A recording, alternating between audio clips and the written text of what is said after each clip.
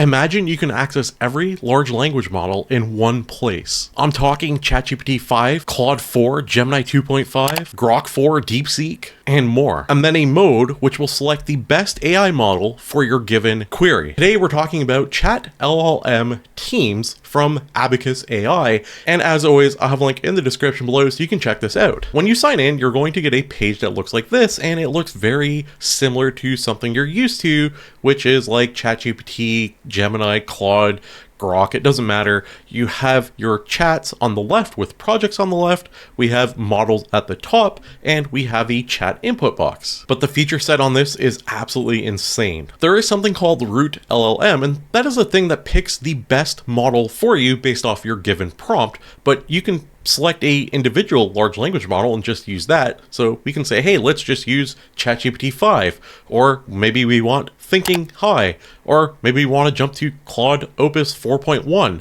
We can do all this really quickly off one user interface. And you can see they offer all the largest and best large language models that are available. And you have a huge selection of large language models here, and that is just LLMs.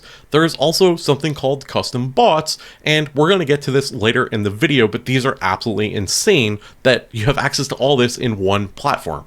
I already feel like this video is going to be filled with Steve Jobs-like moments, like one more thing. I forgot.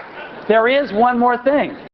If we want to generate images, we can click this image button here, and we can select what model we want. So yes, you have access to Imagen 4 or Midjourney or Dolly, Ideogram, Flux. So we can select the number of images we want, so 2, and generate a photo of a kangaroo in space. And there's even this little toggle to say, hey, modify the input prompt for better generation, which is very popular on other platforms. We can choose the aspect ratio that we want, so let's just leave it 1:1. We can have a negative prompt, or we can even have a seed number. So we can hit generate, and now we can see the images that it generated. So here's our kangaroo in space, and here's our other kangaroo in space. Not only does it show you the image, but we can actually click the little eye. We have access to all the information of the prompt. We can even quickly copy it. There is a download button here, so we can save the image to our computer, and we can also hit this little pencil icon. Now we can modify our kangaroo and say, hey, put the kangaroo on the moon and make him wearing a space suit. You can see the updated image here. So we can click it. It is now up on the right part of the screen here. We can actually click the edit image button again, and there are 2 different options. So there's like GPT image, Flux, so we can jump to Flux now, and we can like just highlight this part here, and then we can just go and type on the left, make it more of a purple sky. Pretty seamlessly, we went from one model to the other in one single chat. This is truly one of the most powerful AI tools I have tried to date. So here is our updated version of the kangaroo. We can see the nice little purple background exactly where I wanted it. I forgot to tell you about this. Is really important. On the left side here, you can see something called DeepAgent, and if you click it, it's going to open up a new tab. DeepAgent is currently in beta. DeepAgent is an AI agent that could literally do pretty much anything.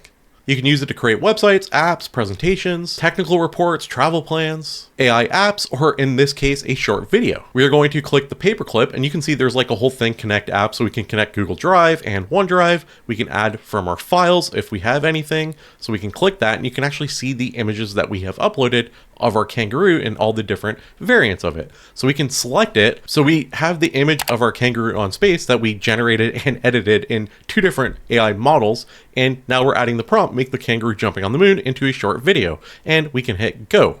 And it is going to run. The DeepAgent is going to do exactly what we wanted. So on the right here, you can see that the computer was loaded successfully, and it says, hey, I can help by creating this for you. So it says, are you going to be creating it for TikTok or Twitter and YouTube? How about the video quality or the video length? So I'm basically saying, hey, we're going to make this for YouTube 1080p. The reason why I want 1080p is because you can't upload more than that for a YouTube short.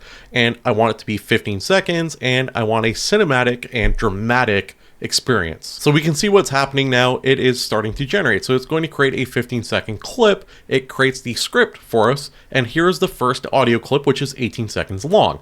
It says, hey, we need to shorten this. And it does. It brings it down to 14 seconds. And it says, hey, it's now 14.489 seconds, which is good. And then it even goes on to say, hey, let's restructure the scenes to be more efficient so we can avoid credit wastage. So it says, hey, let's not waste your credits. It's coming up with different errors that it is catching as it's building this for you. So it says, hey, here's your total duration. It understands there will be no lip syncing because it's a kangaroo, and we can see the different scenes. So the first scene's 5 seconds, then 2.8 seconds, and it just kind of goes through. And for background music, and this is actually something I was curious about, it says, hey, we're going to come up with an epic cinematic space music. It says, perfect, let me generate all the video assets and background music needed for your cinematic space kangaroo video. So we can see an actual estimated time now. So it's 2 to 3 minutes, which is pretty good. We can see the prompt that it's using. We can see our image. You can see it is generating the different parts of our video. So it's generated like this 5-second part, which is like an epic shot. You can see what it's doing on the left. So it's like coming up with our background music. It's our images, our little videos. It's going to piece it all together eventually and give us our epic video. After a little bit of time, we now have our composed video. So let's check it out. It is exactly 14 seconds. In the vast silence of space, one brave explorer defies gravity itself. With each powerful leap across the lunar surface, this cosmic pioneer writes a new chapter in the stars. Some journeys take you beyond imagination. Listen, that is really good. The background music is quiet enough where you can kind of hear the audio, the voiceover talking over top. It like syncs really well. The kangaroo, the animations, it's really clean, really smooth. It feels really epic. Like they did a really good job with this. By the way, if you want to do voice input, I was playing around with this while I was waiting, it offers like a ridiculous amount of languages. We really just played around with DeepAgent and images and combined the two to make something really cool, but they have a ridiculous number of features. So there's like generate code, there's a whole playground option, PowerPoint, deep research. If that's not enough for you, there is a whole more section. You can do video generation or lip syncing, humanized text, doc generation, editors. It is absolutely insane the number of features that are available, but there is more. So say we want to humanize our response, we can pick the tone that we want the large language model to talk back to us. So we can say, hey, AI detector proof or professional and clear, funny and clever. There's so many options for everything you do. So we can actually hit apply. We're on root LLM, and we're going to put write me a story about an alien breaking out of Area 51, and we can hit submit. So it is going to pick a large language model for us that it thinks is best for the task. It's going to humanize the text to send it back to us all in one go. We now have our story about an alien breaking out of Area 51. Let's continue looking at all the different customizations and features. Like I said, there is a lot to unwrap here. So there's this customized chat LLM. We can click that and we can say, hey, just for ChatGPT 5, I want to put in this.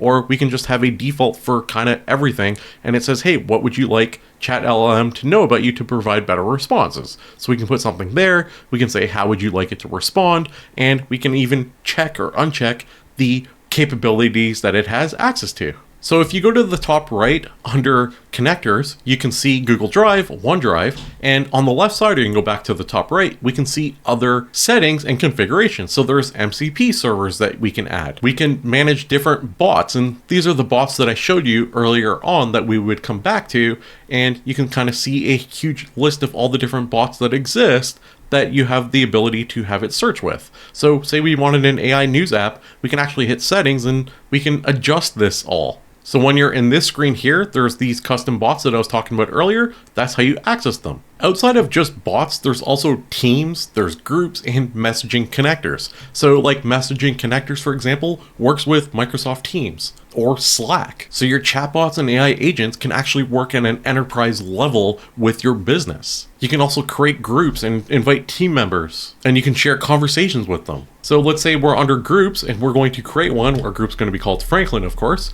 We can actually go to settings, we can hit add users, and we can start adding users to our group to start sharing chats with them. Chat LLM Teams works extremely well for businesses. You're no longer talking to a large language model alone. You have the ability to share this out to your other coworkers or employees, making this a phenomenal tool. This is something I probably should have mentioned on earlier in the video, but Chat LLM is actually cheaper than paying for large language models separately. So you can start off with just like a $10 a month plan, and start using all the different large language models rather than having to pay a subscription for each individual one. That convenience alone is a game changer. So it's just chatllm.abacus.ai, or you can click the link in the description below, but it gets even better. So on the left here, there's something called CodeLLM, and this is a VS Code based editor that comes free with a ChatLLM subscription. So after it installs, it takes you through the step-by-step process. It even asks you if you want to import your VS Code features. It truly is